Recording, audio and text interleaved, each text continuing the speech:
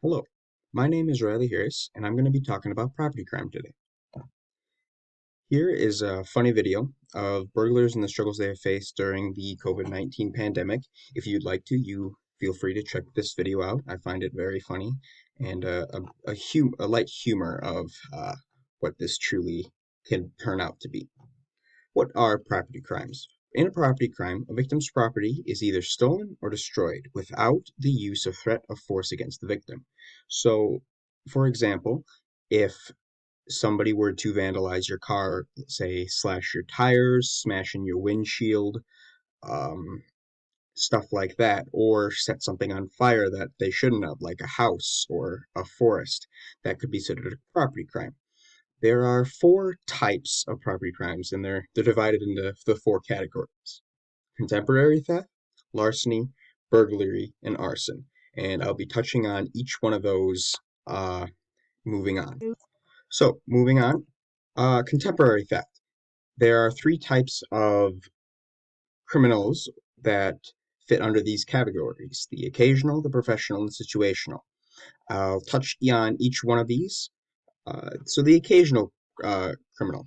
They're not professional criminals. They are usually around youth age, school, not fully grown adults, but they don't foresee or they won't enter that as a criminal career in the future.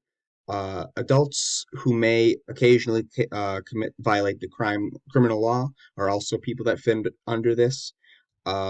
It's always a spontaneous decision, and it's usually based on situational things such as peer pressure or financial situations. They just view their robbing vandalism as an out of character. It's not them, it's something they would never do, but just so happens they did it. It's motivated by necessity, so the need to do something, whether it's get money, get revenge, something like that. It's uh, it's usually likely to respond to the general deterrent effect of the law.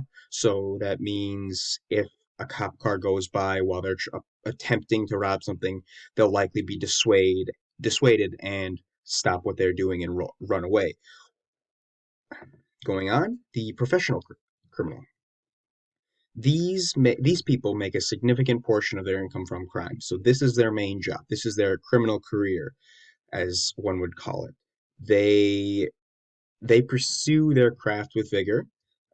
They learn from the older and more experienced criminals, so people who have been in the field before, whether they learn it while they're in jail or whether they have never been caught and they're teaching a successor, so one would say.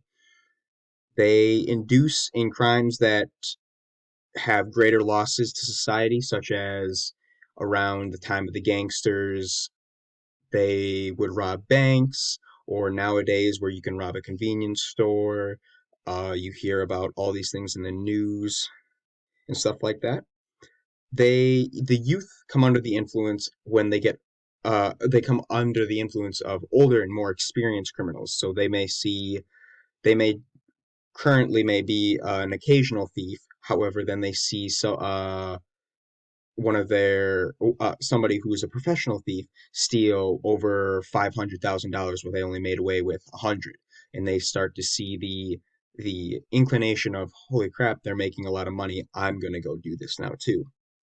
The they are usually sent, the youth are, if they get caught, to prison for minor offenses because they don't want them to be doing this again. Finally, now onto the fence. A fence is an individual who will buy these stolen goods and will resell them in a illegitimate market sometimes, or could be sold in a black market, but that's for higher end fences and more professional criminals who have been in the game for a while. Uh, they are able to make a good profit because he or she will pay the thieves a low price for those goods and then sell them for an extremely high price. Because if you're stealing things, you need the money as quick as you can usually. So they do care how much money they get, but as long as they get what they think they should get, defense will sell it for that price, and then he will overcharge it later on. So that's essentially what a defense is. Now, professional cargo thieves. These thieves' bases of operations are truck yards, which where the hubs for these commercial freight carriers, excuse me, airports and port cities. So if you've ever seen movies like that, you'll see sometimes where a huge either syndicate or huge group is stationed out of a truck yard or auto repair shop where it's where they do illegal activities, posing as something that's as legal. Their activities are not monitored because it's a legal place of business, but there is illegal activities going on. And this is where you can find sometimes huge quantities of these stolen objects in some of these areas. Now, on to larceny. So larceny or petty larceny is a theft of a small amount of money or property, and it's usually punished as a misdemeanor. Most likely it will be, unless there's other things involved, such as murder. But if going off of if it's just a petty larceny, it'll usually just be a misdemeanor. But then grand larceny is a theft of money or property of a substantial value, and this one is punished as a felony. So compared to if you so petty larceny is like stealing, for an example, $100. That's petty larceny. While grand larceny is if you steal 20 cars that are all Ferraris or Lamborghinis, or if you steal one car, or the the excuse my reference for a movie, Pink Panther diamond, that would be considered grand larceny theft. Shoplifting. This is a theft of goods from an open retail establishment such as Walmart or anywhere that sells good for people. It's usually accomplished by somebody grabbing it, stuffing it in their pockets or wherever they can. Sometimes you can get people who are disgusting and they'll shove it in their genitalia areas, or they'll do some things to attempt to bring it out and without paying for it. These most of the time are caught. Um, on rare occasions, they are not caught because of but usually, excuse me, they are caught usually because of the store monitors and police being a general deterrent. Bad checks. This is another form of larceny, is cashing bad bank checks with it knowingly and intentionally drawn on it being a non-existent bank account or an unfunded bank account to get money or property from it. So there are a couple types of forgers, as they would call them. Uh, Naive check forgers. These guys are amateurs who cash bad checks because of some financial crisis, but they don't really have that motive to join the criminal subculture. They just need it for this one or two times. Closure is a term to describe a condition in which the people from a middle class background who have a little identification with the criminal subculture cash bad checks because of a financial crisis that demands an immediate resolution. And then finally, systematic forgers. These guys are professionals. They make a living.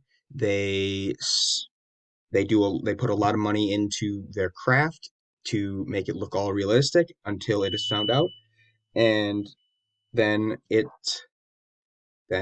goes on from there. About that, my fire pager went off. Anyway, continuing on. Credit card theft.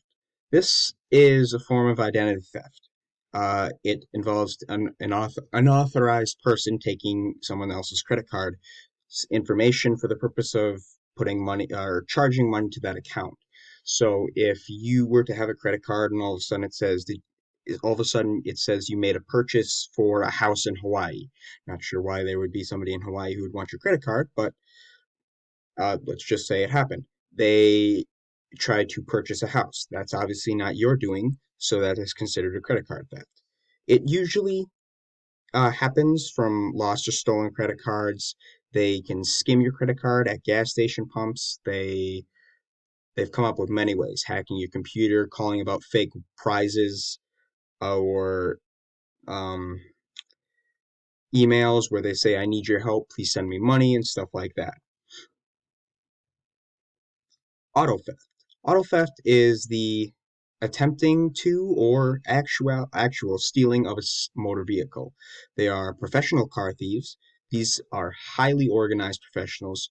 They will resell these expensive cars after altering their identification papers. They have everything that they know they need to do in order before they actually do it. So as soon as they get the car, they bring it to wherever to a fence to get the proper things, to a car auto place that is doing these criminal activities to change it. And they will change the identification so they can then sell it. Car cloning is also another form of these professional things. They they will, after stealing these luxury cars like a Lamborghini, a Ferrari, stuff like that, from a small parking lot, they will later visit a large dealership in another state and look for the car's exact make and model and of the stolen one to retrieve the vehicle ID number so they can then use it on their car and put the maybe the fake ones on the other one or have their car pass off as non-stolen. And then carjacking. This is usually a theft of a car by force or threat of force. So if you are in the car, they might threaten you to get out of the car, and this is considered carjacking. Fraud. These are this crime is of the false pretenses or fraud. It's the misinterpretation of items or things that cause the victim to willingly give up his or her property to the wrongdoer who then keeps it.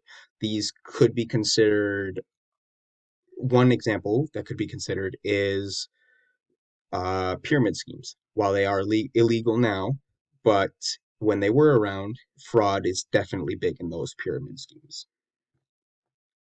Confidence games. These, or considered con games, are a swindle.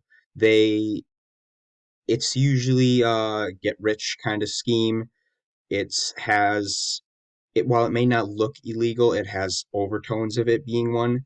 And if the victim ever gets afraid or embarrassed, to call the police, because since it doesn't look illegal, and that it's like these card games that they find the card while I switch around, or find the bean in these three cups that I mysteriously it disappears in all the cups because I slid the bean into my shirt and it's now not in that cup. They usually find a mark, which is the target this man or woman con artist finds, usually somebody who's rich. And then one such thing is pigeon drop. It's a con game in which a package or a wallet containing money is found by a con man or woman, and the victims are um, milked out of money that are asked to put up as collateral. Embezzlement. Embezzlement is a type of larceny that involves the taking of possessions of another fraudulent conversion that uh, has been placed in the thief's lawful possession, such as a banker embezzles money out of his place of work.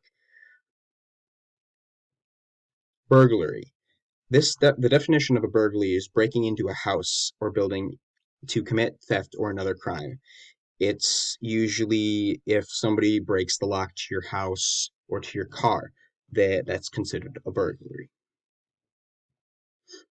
Residential burglary.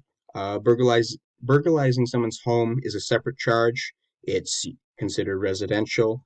Um, it's considered to be a more serious offense because somebody may be home, and then what are you going to do then? And it's it also includes gaining access to someone's home with the criminal intent by falsely presenting yourself as a government representative or employee or people like that. They fake their identity. So commercial burglary is like residential, except the value of the items could be greater than those found in the residential areas, and it's usually by entering a store, warehouse, office building, or something like that. That's how they commit these crimes. And finally, arson. Arson is the willful and malicious burning of a home, public area, or stuff like that. It's usually a perversion.